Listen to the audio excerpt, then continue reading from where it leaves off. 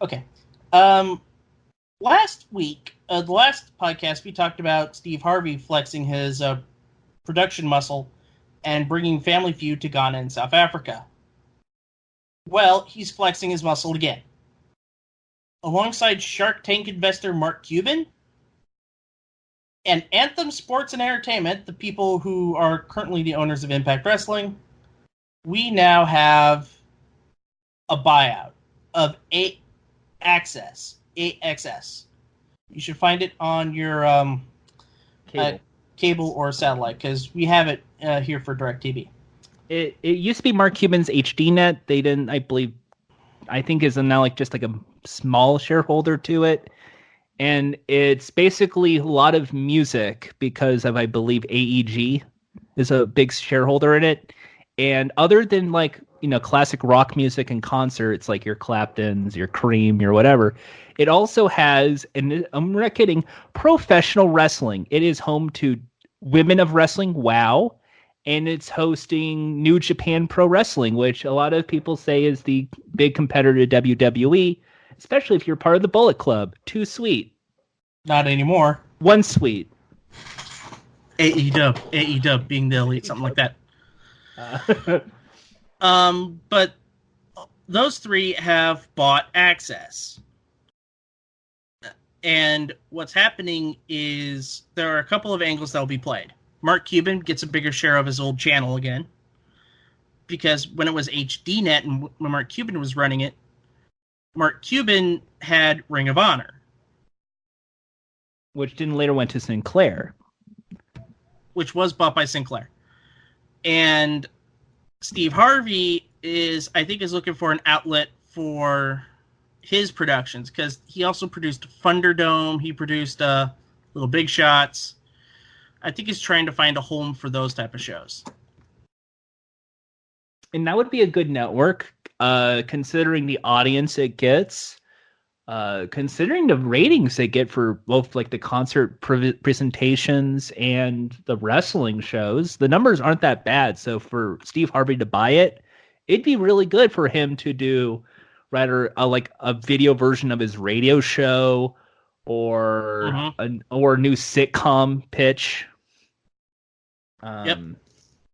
Or maybe you're right, Thunderdome. And then if you pair it up with Cuban, maybe it's hey, Cuban's the Shark Tank guy, Mark, and then you have Steve Harvey. You bring back Thunderdome in that one regard. Absolutely.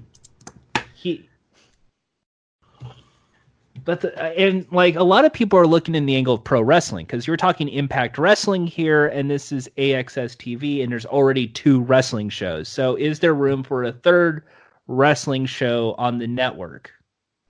Yes. First, we want to preface, what does this have to do with a game show tint? Well, it's got Steve Harvey in it, and this is going to be a way for him to maybe leave Family Feud after the end of this year, because his contract runs out after this year. That's kind of where I'm guessing too. He's the longest running host. He's hosted this longer than Dawson, equal ratings to Dawson. He can leave on top from Feud. And I have a prediction that the person who's going to replace Steve Harvey is Alonzo Bowden. Ooh. Because he's doing Family Feud Live. Yeah. I could see that. And then it's a good way to test the waters of if audiences around the country, when they do the live show, like him. And they do, actually. This is the second go around. I'm on board. I'm on board. He's hilarious. I mean, that is a good, if you can't get Steve, get Bowden. Bowden will do great. Mm-hmm. So what is going to happen with Steve Harvey and Cuban and Anthem? Jordan already hit the nail on the head. This is going to do something for Impact Wrestling. This is going to be their new home to get out of Pursuit, which is in only 30 million homes, whereas Access is in 55 million homes. And I think this is supposed to be the entryway to get more productions of Harvey in. So yeah, there's going to be maybe 3 wrestling shows, but there's a lot of concert shows as well. So they could easily play up that New Japan shows are on Saturdays, and then you have your WOW on Sundays and Impact on Fridays, like it is right now. That is going to change, though. Because there's also on Twitch. And I think what we're going to see is a lot less show. I think one of those 3 promotions is going to leave the network. My guess is WoW. I don't think they want to leave New Japan. They don't want to leave Impact. Because Impact is Anthem, and they're going to keep that for every dollar that they bought it for. And you're going to be seeing and I will take a shot right now. I'm going to bet, it's almost like a prediction here. You will see a game show on AXS. I will agree with that. I will say this as well, and on the wrestling side, Impact is going to move to Tuesday nights because there'll be no competition anywhere else. Because SmackDown's moving to Fridays. Moving to Fridays, and that has caused a massive headache for Fox already. Because game show-wise, they lose out their Friday night MasterChef block. MasterChef Hell's Kitchen block. And also, if we're going to compare it to last year, it was Last Man Standing, which was big for them. Cool Kids, which was good. And Hell's Kitchen to start the season. That gets shuffled, and I don't know where any of them wound up. I think Last Man Standing went to Sunday nights. I was thinking Sunday nights, and they might move to Mondays. I'm guessing that might be for their fall lineup is moved to Mondays. All right. Because for Fox, they only have 10 hours Monday through Friday to work with. Yeah. So if they take a wrestling show, they're down to 8. And now, what does that have room for in terms of, say, The Masked Singer or Hell's Kitchen or MasterChef or any of the summer shows that we've seen, like Spin the Wheel, Mental Samurai? It doesn't leave much room. And that's going to be a huge disaster play. Because I want to see Beach Jam stay on the air as long as I can, because that's a great show. Well, Beach Jam was on Monday, so that has no problem. And I think Beach Jam has already been renewed. It's really, I think everything else is on the cutting block. We talked about this on the show. We talked about this. Yeah, we've talked about this on here too. You've talked about it in game shows, I suppose. I want to get your take. What we see is what's going to happen is there's going to be a problem where there's not going to be any room in the schedule for Hell's Kitchen, which already has season 19 taped. And I think season 20 is taping right now. So, and you have no place to put it. But the benefit, I think, for the 2020-2021 seasons, you don't have Empire anymore. Because that's going away. But you have a hit in 911. You have a hit in Last Man Standing. You have a hit in Cool Kids. Lethal Weapon. Lethal Weapon is a hit. Wait, didn't Lethal Weapon get canceled? I think they're on the chopping block. I think season 3 was their last one. Okay. And then it's like, okay, now each of those dramas is about an hour. Mm-hmm. So you just named 5 shows. So that's 5 of the 8 hours filled. 4, because Last Man Standing and Cool Kids are half-hour apiece. Okay, so 4 hours of shows. And that's including Masked Singer, which already taped season 2, are about to film season 3, I believe, next week. Oh, wow. Early. Ooh, okay. Masked Singer was... And they're already hyping it up, so that's going to be Tuesday nights. That's their Tuesday night block. And that's not even including any sort of new drama or comedy or animated show. Or even if they attempt a reboot of a show. Like, everyone's saying Fox should remake Greed or have that pick up Millionaire. And it's like, but when do they put it on? That's the problem. They can't. Plus, they spent $2 billion on SmackDown. Let me rephrase that. $2 billion on SmackDown. Did you do the pinky? Did you do the Dr. Evil pinky? $2 billion. Not on my face, on a pill bottle that I have, but it's the same thing regardless. It's all about the money. It's $400 million a year. And if you take a look production-wise between an episode of SmackDown, well, if we chop it up, $400 million a year, 8. It's like 7.5 to 8 million per episode of SmackDown for 2 hours. It sounds about right. Okay, so if we're going $2 billion for 2 years, it's $1 billion. $2 billion for 5 years. So 400,000 a year.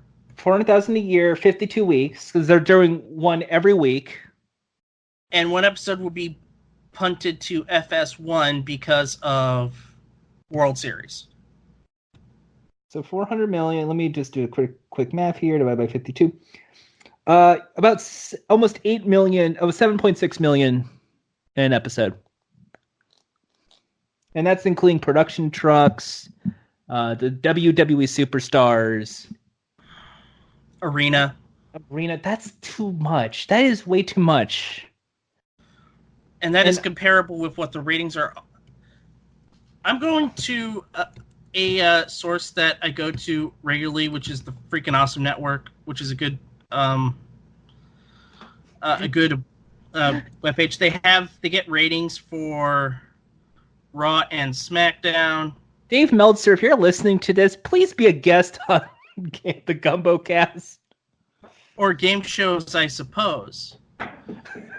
Just the most irrelevant game show podcast around. I don't think this is like this is not good. This is a bad buy. I mean, good for WWE because they're going to make a lot of money off practically nothing. But the Fox is going to want the numbers, and I think they're going to be a little disappointed. And this 2 hours every Friday is going to cost them a lot more than if they just spent that money on, say, reboot, like just doing those Magic Biggest Secrets Finally Revealed specials again, or those are on CW. Or Guinness World Records. Remember the Guinness World Records prime time. Just bring back those specials. Like that's, I think, imagine if they did like a revival of Red or Black and the British game show with. I'll tell you this.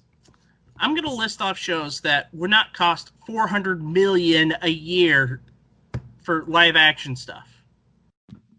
We're talking about reality shows, game shows, and dramas for a year that you can work around.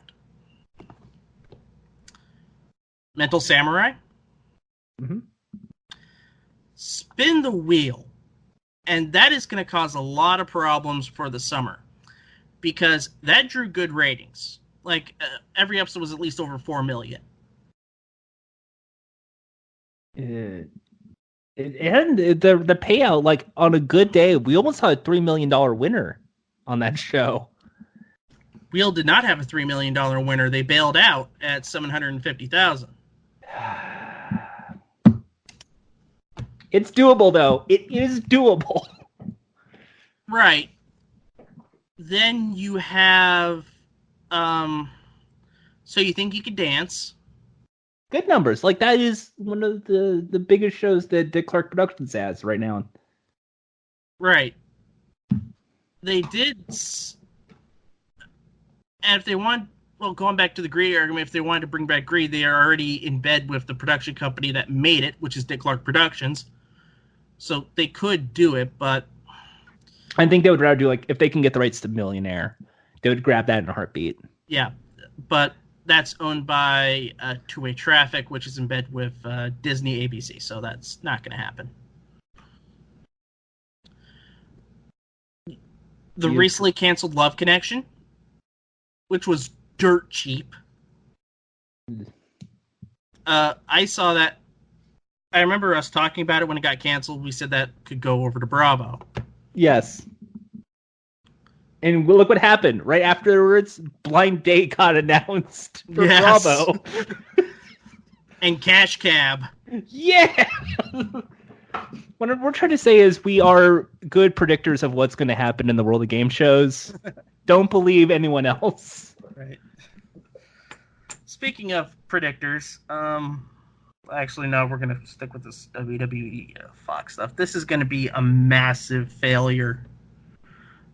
we're not a wrestling podcast, we're a game show podcast, but this WWE news is a big problem for Fox, especially when it comes to, because when I think Fox, I as much as we love The Simpsons and Family Guy, King of all those animation shows, and their laundry list of dramas like the OC or 90210 or Empire, and their action shows or 911, Gotham, which is really good.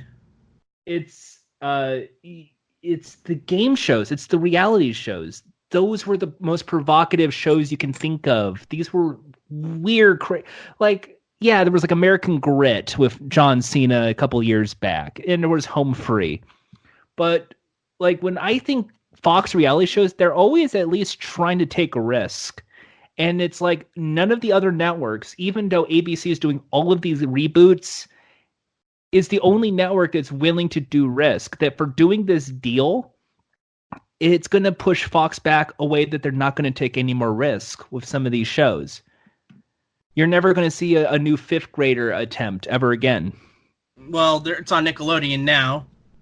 Well, I mean, or Don't Forget the Lyrics, or right. Moment of Truth. Remember Moment of Truth, the lie detector? Oh, no, that's not good. I talked about that one. The one that got canceled because the ratings were toxic. Or they're empty.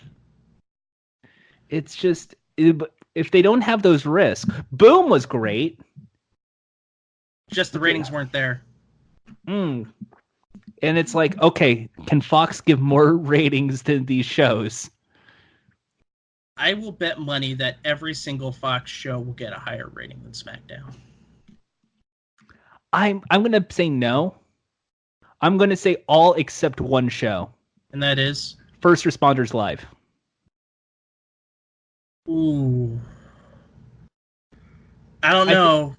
I think that's a good Saturday show, First Responders Live, because that's like a really cool, that's like Live PD. But it's like they're already stuck in that 1 million, 2 million viewership. Yeah, but that's Saturday. Saturday doesn't really count. See, that's where they should have put SmackDown. Is Saturdays. They wouldn't put it on Saturdays.